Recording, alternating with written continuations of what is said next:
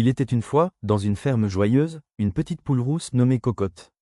Chaque matin, elle picorait des graines avec ses amis, mais au fond d'elle, Cocotte avait un rêve secret.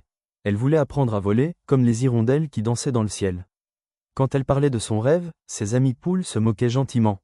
Cocotte, les poules ne volent pas. C'est impossible. Mais Cocotte, avec une étincelle dans les yeux, répondait toujours. Peut-être, mais moi, j'essaierai quand même. Un jour, Cocotte décida de passer à l'action. Elle grimpa avec effort sur une botte de foin et, prenant une grande inspiration, battit des ailes de toutes ses forces. Elle sauta, et tomba lourdement dans la paille.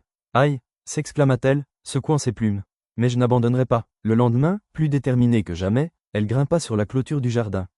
Elle battit des ailes encore plus vite, avec plus de puissance. Cette fois, elle réussit à voler quelques secondes, planant un court instant avant de retomber dans la cour. Les poussins, émerveillés, applaudirent. Bravo Cocotte, tu as volé un peu. Encouragée par ce petit succès, Cocotte comprit qu'elle avait besoin de conseils. Elle leva les yeux vers le ciel et décida d'aller demander de l'aide aux oiseaux, ceux qui connaissaient si bien l'art de voler. Elle s'approcha d'un moineau perché sur une branche. Le moineau, petit mais sage, écouta attentivement le rêve de Cocotte. Il hocha la tête et dit « Tes ailes sont petites, c'est vrai, mais ton courage est grand.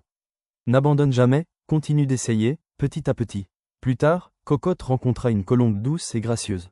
La colombe, avec sa voix apaisante, ajouta « Voler, ce n'est pas seulement battre des ailes, Cocotte.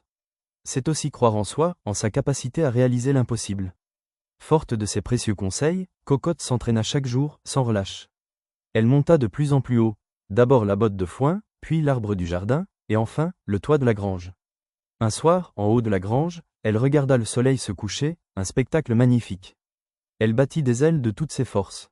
Cette fois, elle resta plus longtemps dans l'air, planant un instant, sentant le vent caresser ses plumes. Les autres poules, qui avaient d'abord ri, étaient maintenant émerveillées et commencèrent à l'encourager en caquetant joyeusement. Cocotte comprit alors que voler haut comme les aigles serait impossible pour elle. Mais qu'elle pouvait quand même voler un peu, à sa manière. Elle se dit, ce n'est pas la hauteur qui compte, c'est la joie que je ressens en essayant.